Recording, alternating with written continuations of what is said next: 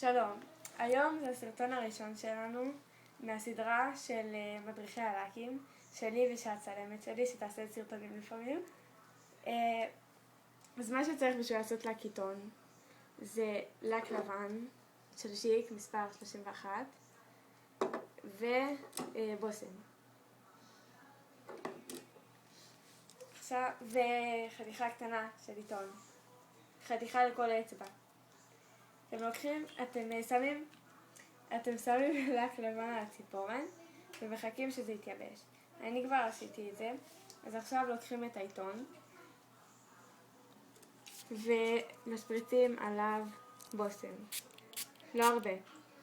גם על האצבע שמים בושם.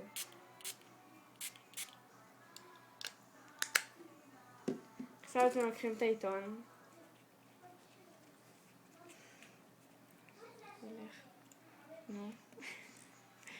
אתם שמים אותו על האצבע במשך 30 שניות ולוחצים את זה חזק.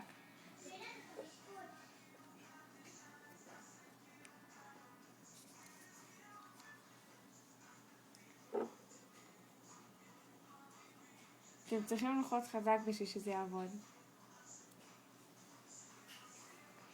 עכשיו אתם מוציאים בעדינות את העיתון